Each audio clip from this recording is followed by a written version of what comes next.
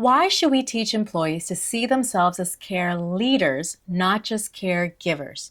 There's a form of leadership happening in your workplace right now that no one is even aware of.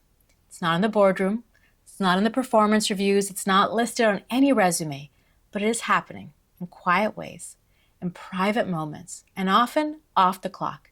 And it's called caregiving. The question is, what if caregiving wasn't a distraction from leadership, but the training ground for it? And what would change if your employees could see themselves not just as caregivers, but as care leaders? That's what we're talking about in today's episode. If we haven't met, I'm Dr. Anna Thomas. I'm a physician, leadership speaker, caregiver advocate, and corporate wellness specialist. I help organizations strengthen their workforce and create workplaces where people and performance can thrive together. Even as we enter an era of AI, automation, and agentic teams, the future of work is still human, and that work is changing dramatically. But at the same time, employees are navigating complex personal and professional pressures that are only going to escalate in the coming years. For example, in the next 5, 10, 15 years, we will see an exponential increase in the number of older adults who will need caregiving support.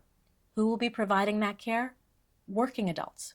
Right now, 63 million Americans are caregivers. That's 1 in 4 adults, with more than half of them currently working full-time. Those numbers are expected to increase and will have a tremendous impact on our communities and, yes, even our workplaces. And caregiving is just one example of a personal stressor that will impact the workplace. Mental health, chronic illness, stress, and burnout are all on the rise, and the organizations that will thrive are those that lead with care, culture, awareness, resources, and empowerment. Care.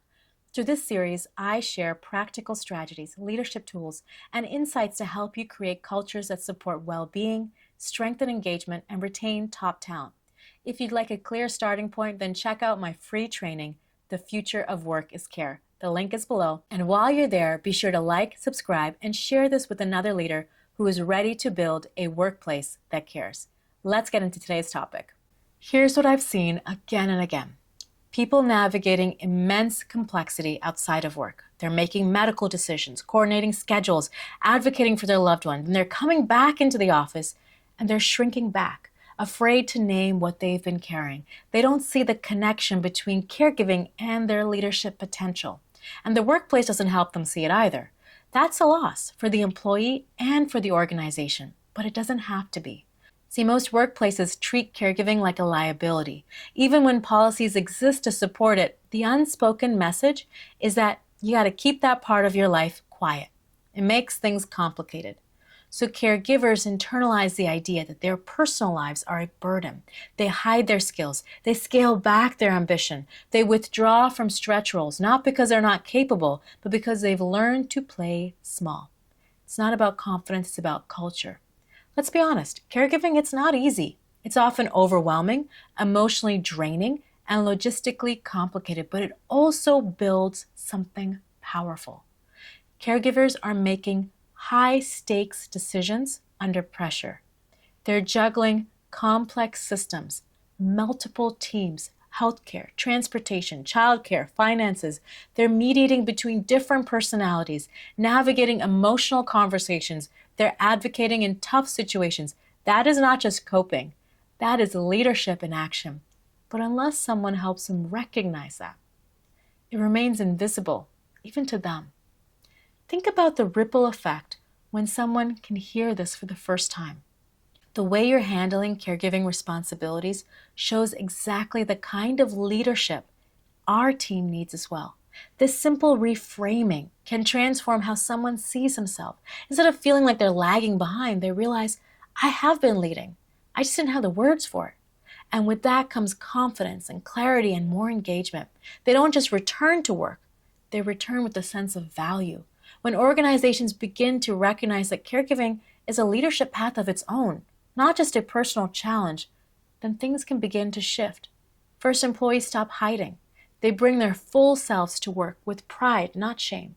Second, leaders gain access to a deeper, more emotionally intelligent kind of leadership, one that's rooted in empathy and resilience and problem solving.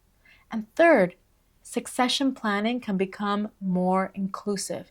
You stop selecting only the most visible, most available employees, maybe most available right now. And now you can identify those who've already proven that they can lead under pressure, not because they've asked for a title, but because they've lived through hard things and they kept going. You don't need a massive program to start this. You need to change what gets seen and what is said. Managers can begin by asking reflective questions. I see that you've been caregiving. How has caregiving shaped how you approach leadership? What have you learned that applies to your work here? And when you see someone managing something difficult outside of work, you can say, I see what you're doing. It's not a distraction from your value, it's part of it.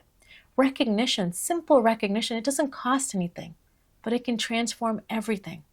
And if you want to lead this culture shift across your organization, then start with my free training, The Future of Work is Care. It will walk you through the CARE framework and how to position caregiving as a leadership asset. If you haven't checked out my book, Workplaces That Care, be sure to pick it up on Amazon. It is your playbook for building resilient workplaces that supports and retains your employees, including your caregiving employees. Before you go, a word to the leaders who are watching. If you have caregivers on your team, and I promise that you do, then you already have people who know how to lead through stress, how to navigate uncertainty, and how to care deeply and show up every day. You may not just be seeing them yet. And if you're a caregiver yourself and you've wondered whether this season of your life disqualifies you from career growth, then let me say this clearly. You are not behind. You are not less valuable. You are already leading. So let's build a workplace that sees that too. And in this age of AI, the future of work is still human. So let's create workplaces that care together.